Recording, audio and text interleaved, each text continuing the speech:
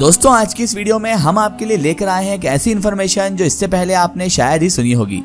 ایک بڑی ہی حیران کر دینے والی اور بڑی ہی چونکا دینے والی ایسی انفارمیشن جو آپ کو سوچنے پر مجبور کر دے گی کہ واقعی میں ایسا بھی ہو سکتا ہے کیا. آج کی اس ویڈیو میں ہم آپ کے لیے لے کر آئے ہیں کہ ہزاروں سال بعد فرعون جو کہ ایک ملعون تھا اور جس نے خدائی دعویٰ کیا تھا، جس کی لاش پر ہر سال چوہے تک چھوڑے جاتے ہیں، اس کا پاسپورٹ پھر سے کیوں بنوایا گیا ہے. ایک بہت بڑا راز کھلنے جا رہا ہے. تو میری آپ سے گزارش ہے کہ اس ویڈیو کو آخر تک دیکھیں اور ویڈیو پسند آنے کی صورت میں اسے لائک اور شیئر ضرور کریں. قدیم مصری تہذیب میں یہ رواج بہت زیادہ عام تھا کہ وہ اپنے مر جانے والے فرائض، یعنی ان کے ہاں کوئی بھی شخص اگر مر جایا کرتا تھا جو کہ دعوی خدائی کے علم بردار ہوا کرتے تھے، ان کی لاشوں کو ہنود کر کے محفوظ کر دیا جاتا تھا.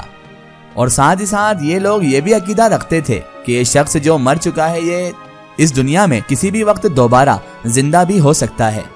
تو یہ لوگ ان کی لاشوں کے ساتھ، جو مر گیا اس کی لاشوں کے ساتھ ان کے خزانوں، مال و دولت کا ایک بڑا حصہ بھی دفن کر دیتے تھے. ان لوگوں کا یہ ماننا تھا کہ جب یہ انسان زندہ ہوگا تو یہ مال اور یہ دولت اس کے کام آ جائے گی. اور ان کا ایک عقیدہ یہ بھی تھا کہ عالم ارواح میں، یعنی مر جانے کے بعد جو دوسری دنیا میں انسان چلا جاتا ہے، اس میں اگر انہیں کوئی ضرورت ہوگی تو وہ اس مال و دولت سے خرید لیں گے. حالانکہ یہ کسی بھی طرح سے پاسبل نہیں ہے، ممکن نہیں ہے، کیونکہ انسان خالی ہاتھ آیا ہے اور خالی ہاتھ ہی جائے گا. یہ قدرت کا نیم ہے، قدرت کا دستور ہے، جسے کوئی بھی انسان چاہ کر بھی بدل نہیں سکتا ہے. چاہے وہ کسی بھی دور کا، کسی بھی صدی کا، کوئی بھی دھرم کا انسان ہو، وہ چاہ کر بھی موت سے نہیں بچ سکتا. انسان بنا ہی فنا ہونے کے لیے ہے، یہ تو ہم سب نے ہی جانا ہے. اور ہم سب کو یہ بھی پتا ہے کہ انسان اس دنیا میں بھی خالی ہاتھ آیا ہے اور اس دنیا سے جائے گا تب بھی خالی ہاتھ ہی جائے گا. بہرحال مصر کے پرانے لوگوں کا یہ عقیدہ تھا اور یہی ماننا تھا کہ یہ سونے جواہرات اور یہ مال و دولت اس انسان کی لاش کے ساتھ رکھ دیا جاتا تھا تاکہ وہ دوبارہ زندہ ہو یا عالم ارواح میں جائے تو یہ مال و دولت اس کے کام آ جائے. لیکن دوستوں وقت گزرنے کے ساتھ ساتھ کئی واقعات ایسے بھی پیش آئے کہ ان ممیوں کا انکشاف یعنانی دوران تلاش اتفاقیہ ہی ہو گیا. ان ممیوں میں سے ہی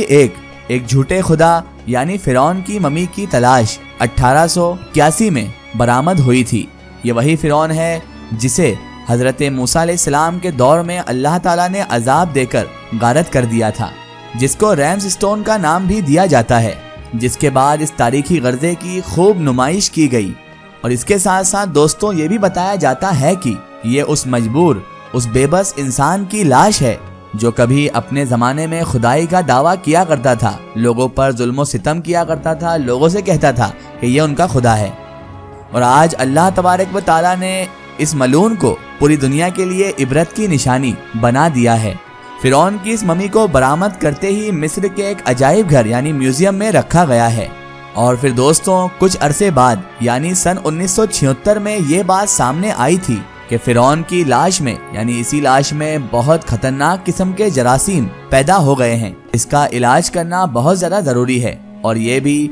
خدا کی طرف سے ایک اس کی طرف عذاب ہی تھا کہ اس کی مرنے کے ہزاروں سال بعد بھی اس کے جسم میں خطرناک جراثیم پیدا ہوئے. تو ماہرین مصر نے یعنی اس دور کے جو سائنٹسٹ تھے، ان لوگوں نے مصر کی جو حکومت تھی، گورنمنٹ تھی، اس کو یہ مشورہ دیا کہ اس کی لاش کو جو ہے وہ فرانس لے جایا جائے اور جدید ٹیکنالوجی کے ذریعے اس لاش کی موت کی اصل وجہ بھی پتہ کی جائے، کیونکہ اب ان کو اصل وجہ جاننا بے حد ضروری ہو چکا تھا، کیونکہ اتنے ہزاروں سال پرانی لاش کے اندر خطرناک جراثیم پیدا ہونا ایک بہت معمولی بات نہیں تھی. اور ظاہر سی بات ہے اس مقصد کے لیے اس مجبور اور بے بس انسان کے جسم کو یعنی اس جھوٹے خدا کو فرانس منتقل کرنا بہت زیادہ ضروری ہو چکا تھا.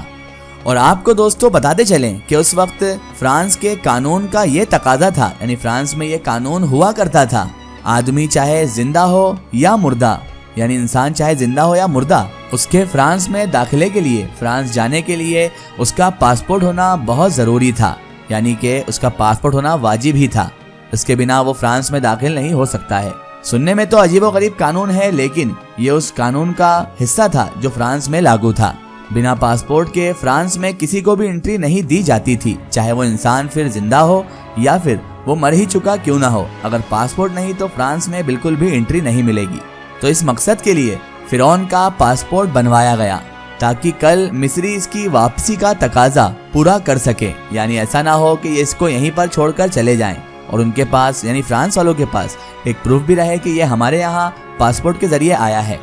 اس کے پاسپورٹ پر یعنی فرعون کے پاسپورٹ پر اس کا نام رامسس ڈوم تحریر کیا گیا اور اس بے بس اور لاچار انسان کا واپس سے فرانس بھیجا گیا۔ ہزاروں سال مرنے کے بعد اس کا پاسپورٹ بھی بنا اور اسے فرانس بھی بھیجا گیا،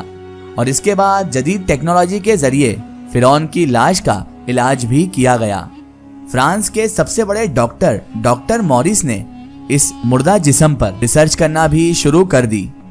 پھر دوستوں ریسرچ کرتے کرتے ڈاکٹر موریس نے ٹیسٹ کے ذریعے یہ نتیجہ نکالا اور لوگوں پر ظاہر کیا کہ جس شخص کا یہ مردہ بدن ہے اس کی جو موت ہوئی ہے وہ سمندر میں ڈوبنے کی وجہ سے ہی ہوئی ہے، کیونکہ ڈاکٹر موریس کو ریسرچ کے دوران فرعون کے مردہ جسم پر سمندری نمک کے کچھ ٹکڑے ملے ہوئے تھے۔ اور دوستوں اس کے ساتھ ساتھ ہم آپ کو یہ بھی بتاتے چلیں کہ یہ تمام تحقیقات جو ہے وہ قرآن پاک میں پہلے سے ہی موجود ہے، جو کہ فرعون کے مرنے والے واقعے کی تصدیق بھی کرتی ہے۔ ناظرین محترم، قرآن شریف میں صاف طور پر اس واقعے کو بتایا گیا ہے، اور جس واقعے میں یہ بتایا گیا ہے کہ اللہ کے پیغمبر، اللہ کے نبی حضرت موسیٰ علیہ السلام بنی اسرائیل کو ہمراہ لیے، بنی اسرائیل کے لوگوں کو جو ان کے ساتھ تھے ان کو ساتھ لیے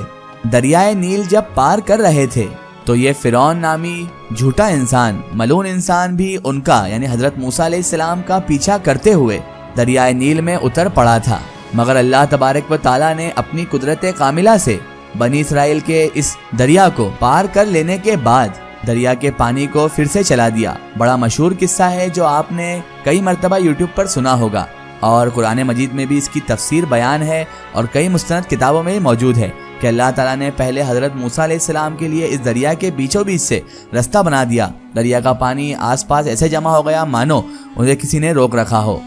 اور اس کے بعد جب حضرت موسیٰ علیہ السلام اور بنی اسرائیل کے لوگ جو آپ علیہ السلام کے ساتھ تھے ان لوگوں نے جب دریا پار کر لیا تو اللہ تعالیٰ نے واپس دریا کے پانی کو چالو کر دیا، اور فرعون نامی اس ملعون کو اس کے لشکر سمیت اس میں ڈبو کر فنار کر دیا۔ اور دوستوں اس سارے واقعے کو اللہ پاک نے قرآن مجید میں کچھ یوں بیان فرمایا ہے کہ ہم نے بنی اسرائیل کو دریا پار کرا دیا تو فرعون اور اس کے لشکروں نے سرکشی کی اور ظلم و زیادتی کے ساتھ ان کا پیچھا بھی کیا۔ جب فرعون ڈوبنے لگا تو بولنے لگا کہ میں اس بات پر ایمان لایا ہوں کہ اس کے سوا کوئی معبود نہیں ہے جس پر بنی اسرائیل کے لوگ ایمان لائے ہیں، اور میں بھی سر اطاعت جھکا دینے والے لوگوں میں سے ہی ہوں۔